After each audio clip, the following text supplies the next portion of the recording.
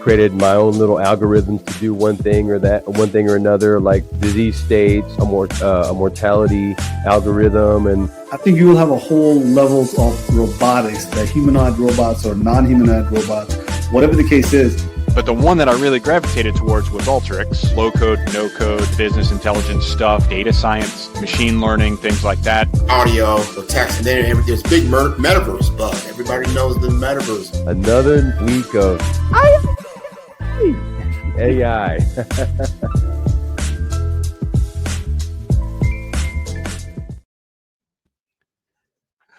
Ay. There you go. Another Monday. Yeah, you know what the interesting thing in with all lines, it's either ay ay ay or ay ay ay. Yeah, it's just Mm-hmm. Like any language you try it on, you can always make it work. Yeah, I've had a lot of ay lately. Oh man, but you only have to have one of the real good ay's to know. Okay, the 2 months, 2 weeks, whatever, 2 days of work was worth it. And beginning the conversation is always something exciting. Like, we're about to get into some conversation that we don't know what's going to happen. But at the end of the conversation, if ay goes like, ay, it's sort of like the weight of the shoulder is on you after the conversation, right? Usually with the conversation, you take the weight off, right?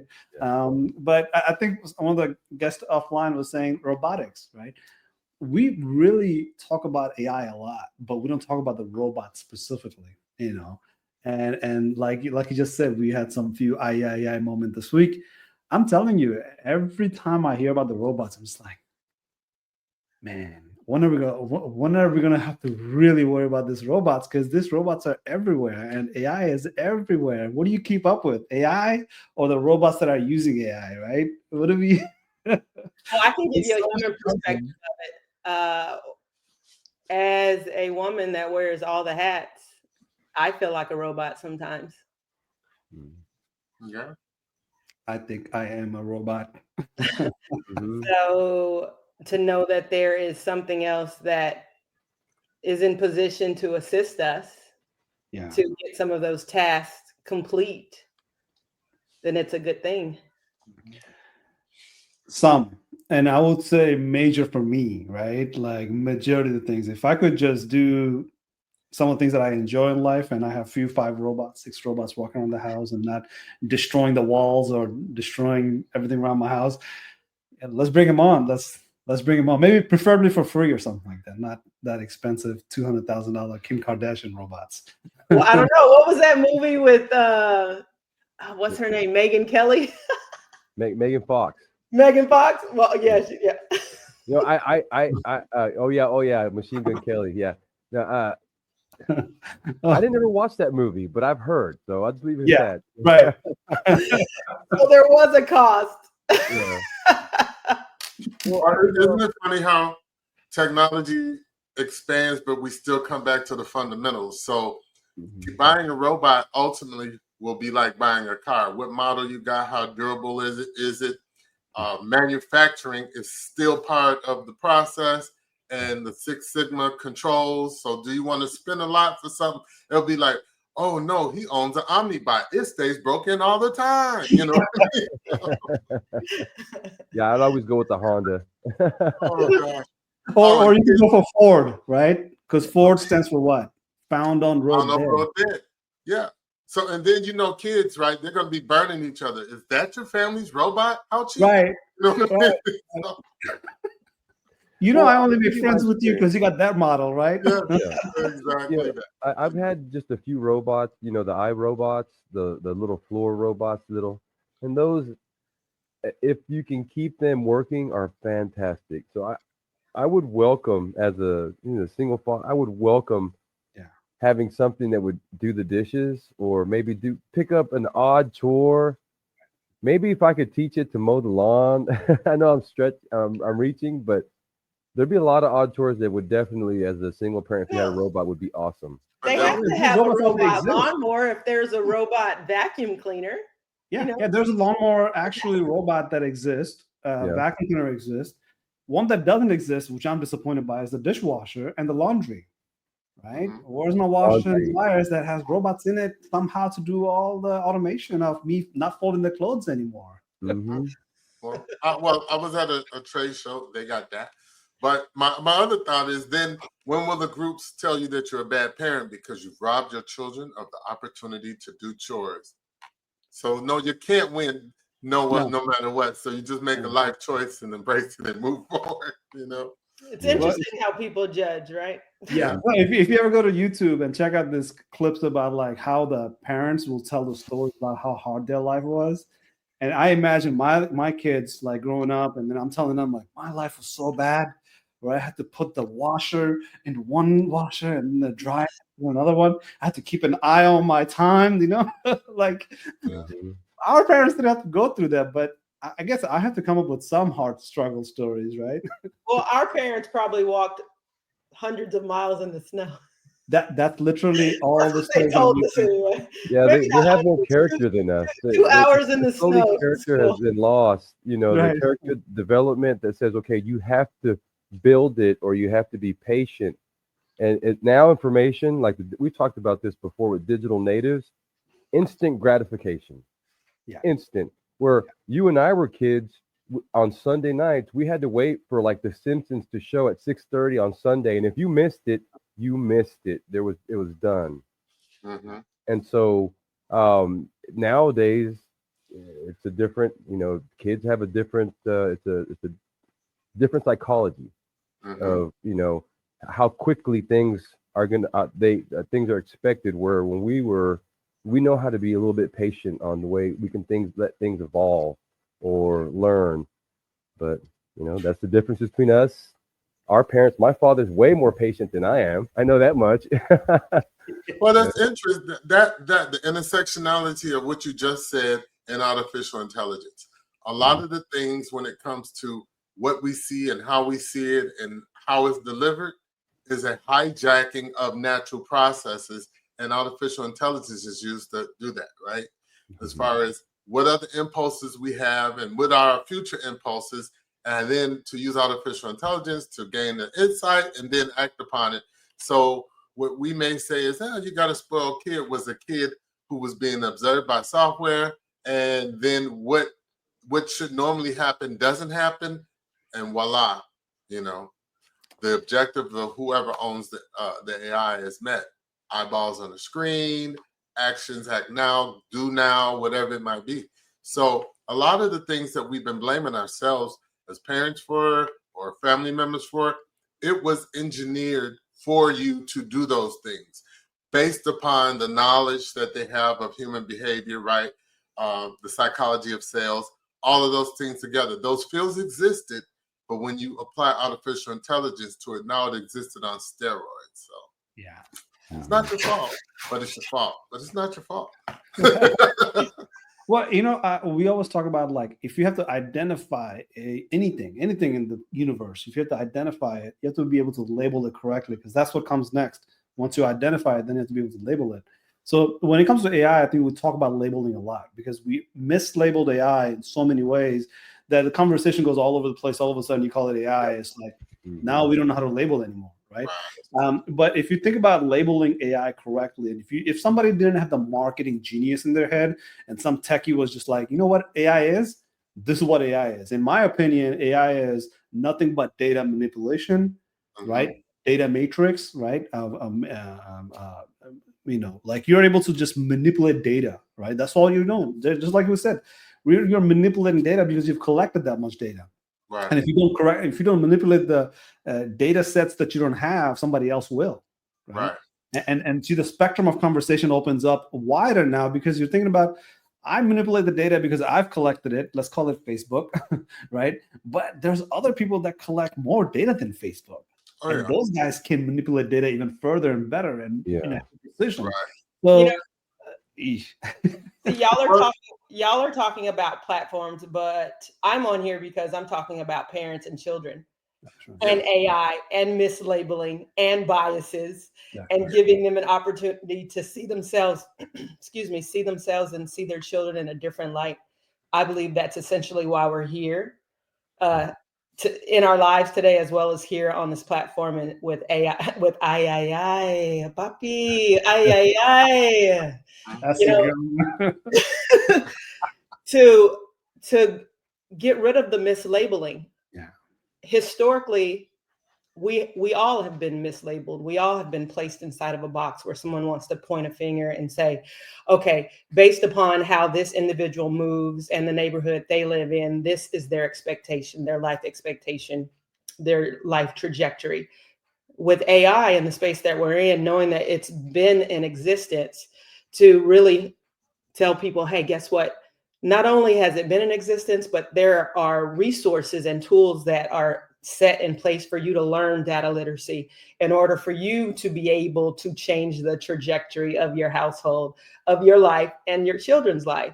And so, as you guys, you're talking heavily in technology.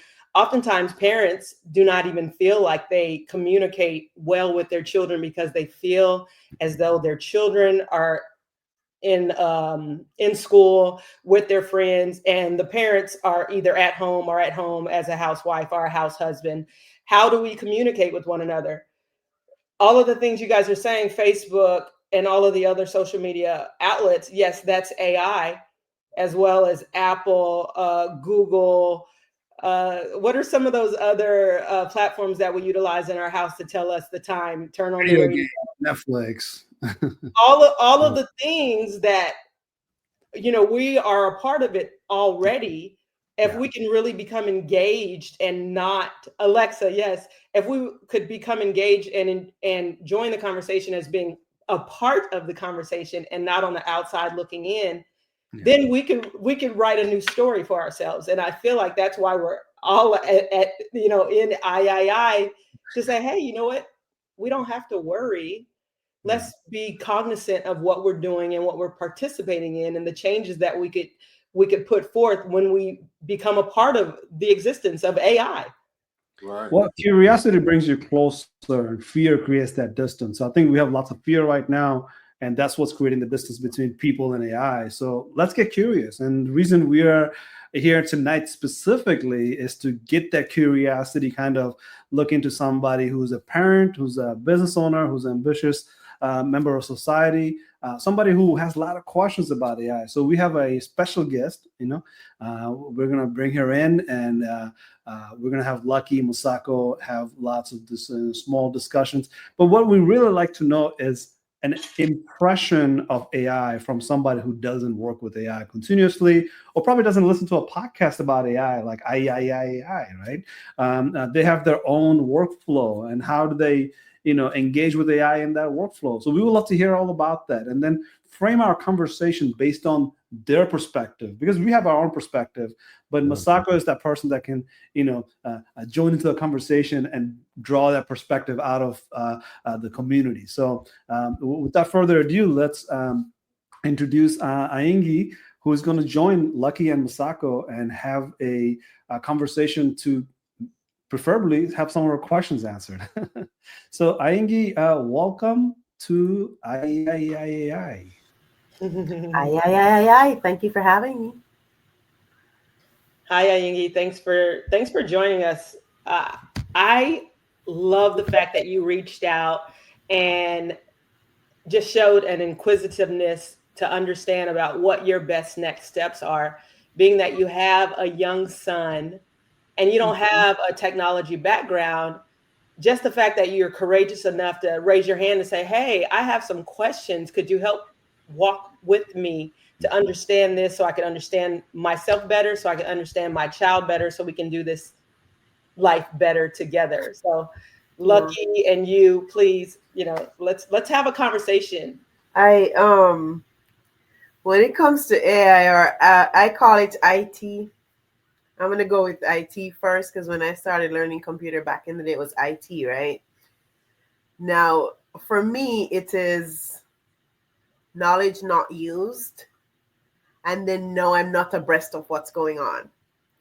So back in the day, I'm the one who taught everybody how to use Microsoft Access, PowerPoint, the computer. I've got my friends to buy a computer, teach them how to use the computer, get on social media, set up an email, and so on and so forth. And then when I went to work as a secretary back in the day, I used to do that too. I would be fixing the printer, doing all type of stuff, just curious about the computer and all that it has to do, all that it can do for us. But then I came to the US and started working. And while I use AI at work, it's still different. Now it's like, wait a minute. There's a whole bunch of stuff happening that AI can do that could help myself, my son. And the fact that he wants to do coding and he's looking into drawing and he's asking me questions now. And then I'm like, wait a minute, I've been out of the loop so long that for right now it's like fresh.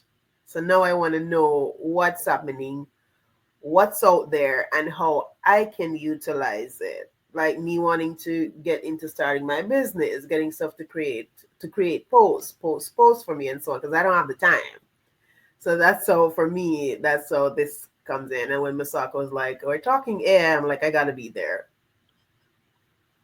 So that's how I came in. Awesome. Lucky. Yeah. Yeah. Well, the thing is, AI is grown so much, and it's gotten to where the end users now, people out like ourselves, we can use it for everyday usage. I've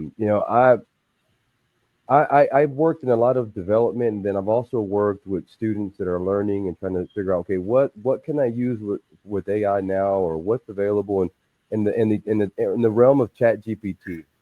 That's a big area. Everyone's familiar with it, right? Chat GPT, and there's areas for business that you can take advantage of, and there's areas with technology. But then again, you always want to be careful of the information that you get and make sure that it's accurate. That's just the first thing, is check yourself as you get information. It's a good way to start, but then you want to start building, using that as more like as an appendage, like an advisor. And then from there, it gives you a good reference point of where you want to start. For kids in technology, that's where I love it. There's such a huge advantage with kids now in technology. And speaking about your son, I'm a single father. I raise kids. My kids are a little bit older now, but I've raised, and I'm also an instructor, professor. I teach AI, and also I assist with ethical hacking and things of that nature. And I've noticed the progression of different ages and students. And now students, the younger generation, we'll just say 18 or 15, 18 to 20-year-olds, they're in like the stuck generation, because they have so much technology, they're stuck, but they know that there's opportunity there. All of those things that stick them to those devices now can also enable them. There's algorithms that as soon as they start doing things, then we'll start feeding them, things they need to learn. If they want to get into, say, for example, IT, like you said, when you and I got into IT, it was different. You had to read a book, you had to research, or you just had to just learn on the fly, right? No, we had to get them big books and used to learn binary, ones and zero and one and one and one. I went close to being a CCNA, I think it's called, Cisco Networking Associates. Yeah, and so the thing is now there's things that they can pick up easily, and AI can help them in coding, understanding code, the syntax of code.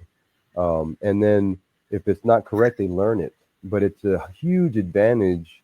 You gain years of understanding of code in weeks because of AI.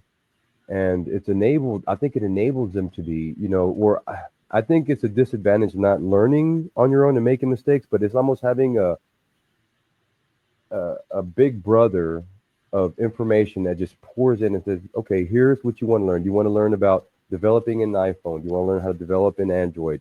You want to learn how to develop, specifically apps.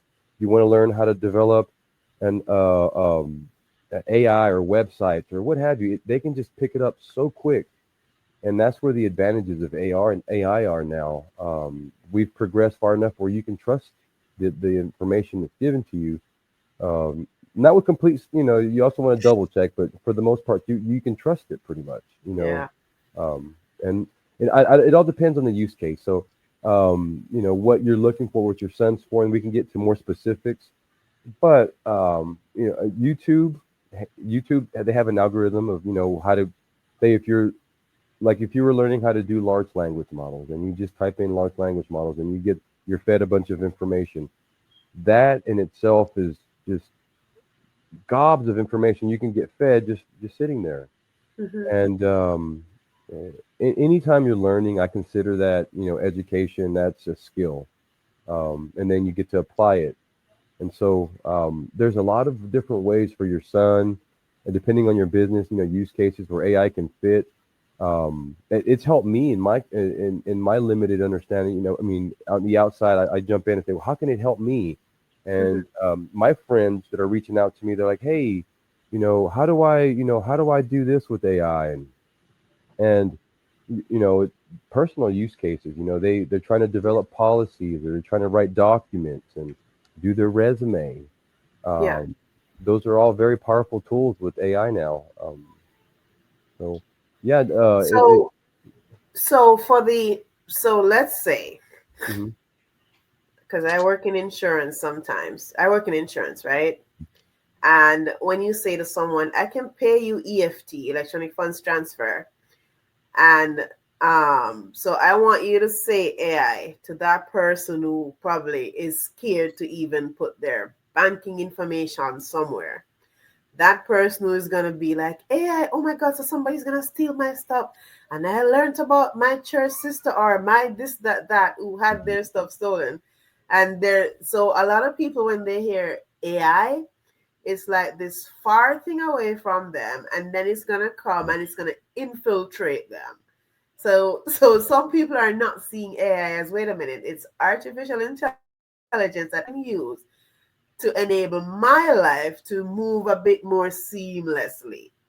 So we want to have the conversation to where we can get to those people to say, don't be scared of AI. If that makes sense. Yeah, that's well, you know what? Fear is crippling. We know that for a fact. And oftentimes, when it comes to AR, oftentimes here on the show we mention ChatGPT. ChatGPT isn't cutting us a check. However, they happen to be the one that they're highly branded since they went public in 22, right? So and they're constantly evolving. And so ChatGPT has the free version and it has the paid version. What I would say to all parties, for those individuals that are afraid of AI because someone's going to steal their information, like all things, you don't want to put your personal information into these chatbots, into these AI systems. And you don't want to put anything personal to yourself. You don't want to put any proprietary information in there. So if you don't want your social security number, just like anything that is confidential information, just like you wouldn't send that through a non-secure email. So it's going to boil down to common sense, a common sense issue. Yeah. Unfortunately, not everyone has common sense, but here's the thing. You don't want to put something that you don't want out there in the system, because with large language models, as someone that's, learning AI for the first time, these are training models. So if you are putting your personal information on there, that personal information may be regurgitated out to others that are training within the space that you're utilizing that. So you don't want to use AI to do anything with your personal information. However, AI, artificial intelligence, along with your knowledge set, your skill set, it is something that is to assist you in your best next steps. So for the fearful person that is afraid that somebody's going to steal their information, I'm going to say what I would say to all parties involved. Across the board, dwell on those things that are good and lovely, because whatever it is that you dwell on, you're going to bring that energy back to you. So if you could somehow think of something that you could become a best next steps for yourself, then ask yourself, what are my best next steps? And then better yet, ask the AI platform that you're using, what are my best next steps you mentioned something. What did you mention earlier, Yingi, about putting some automation together? What were you asking? I can't think of the word you were using, but I'm going to use an example on how to use AI with regard to what you wanted to know. Your social media platform. AI, right, like automating posts and stuff like that. Right. So AI, this is what I would ask whatever platform we would use. AI, what can I do that would assist me and my son in building an automated post for social media? And then, it's like, you start with a simple question, and then it'll ask you more. And with all questions, with all relationships, because the machine is in relationship with you, if you are signed in, then it's going to build a profile on you. And so as you're having these conversations at Yingi with the machine of choice that you use for your AI model, it's going to be growing in dialogue that you share with it. So you can build something great. You start with something small, and then the more information that you share with the model, it's going to give you other information. And then it's going to prompt you, oh, okay, that's not quite what I meant.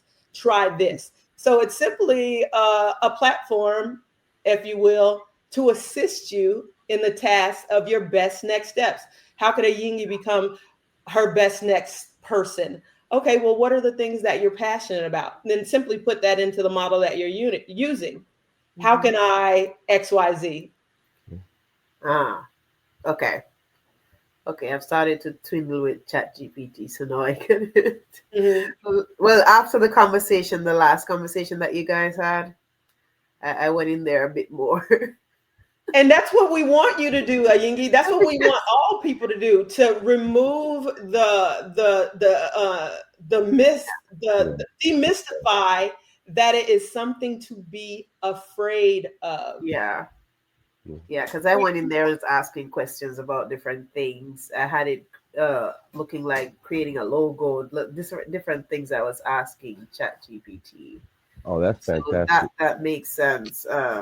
But yeah, my son is interested in robotics. So, well, my grandson is trying to get in here.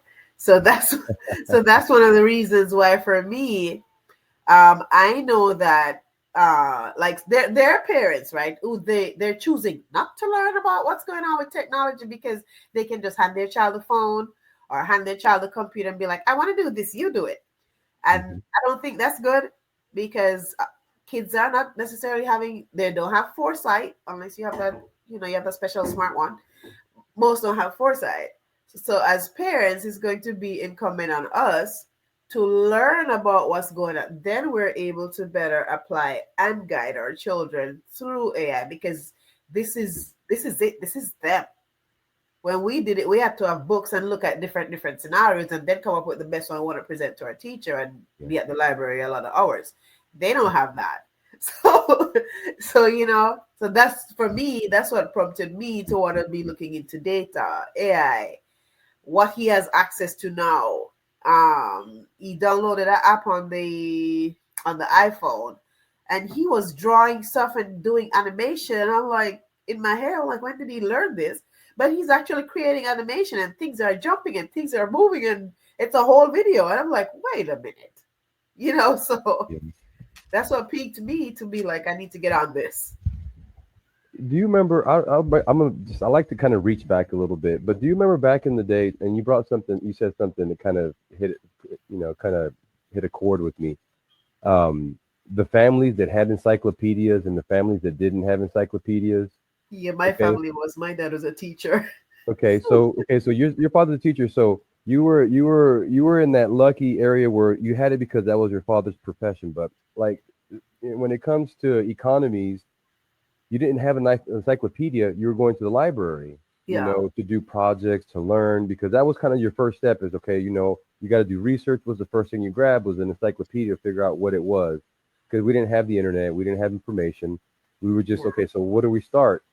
Well, the big thing is now is I come from maybe a socially poor class, right? So if I needed to learn anything, I had to go to the library, and that was my home. But now computers, information, AI has leveled the playing field. Now everyone has access to information. What was once, difficult because maybe a few had access to it, because some people didn't live close to a library in proximity to a library. Fortunately, in my lifetime, I always was close to libraries, and I could go if I needed to learn how to, write video games in pre-basic for a Commodore 64. I could find a book on that. That's access to information quickly, and I think it levels the playing ground. And to get into the point is for your son. Wants to learn about robotics, maybe start looking. You now, where before, to learn about robotics you had to go to a special school or you had to know someone. Now, if you want to learn anything about robotics in an afternoon, you can be tuned up and start thinking about, okay, these are the things I want to buy in order for me to start to learn about robotics. If I want to learn about Raspberry Pis, boom, you're in there now. You have information. You can start learning how to write programs for your robots before you even have your robots ready, where you can virtualize this information, and all that's available now at your fingertips. And those are the advantages, not just of AI, but all the information. AI does bring it, if you ask it a question, how do I learn to maybe do this with robotics? I don't know. We'll just say any specific use case. We'll just jump into Raspberry Pis. I want to be able to use Raspberry Pis to be able to gain a cellular signal, and I don't know. We'll just go from there. I want to be able to control it from my cell phone, not from a remote control. Things like that. And the AI would give you at least the first 5-10 steps that would give you direction, and then you can go from there. And those things we never had. I mean, it gives me chills that the amount of information our kids and our grandchildren have access to now. Yeah. You said the key word, Lucky Yingi. The key word for me is access.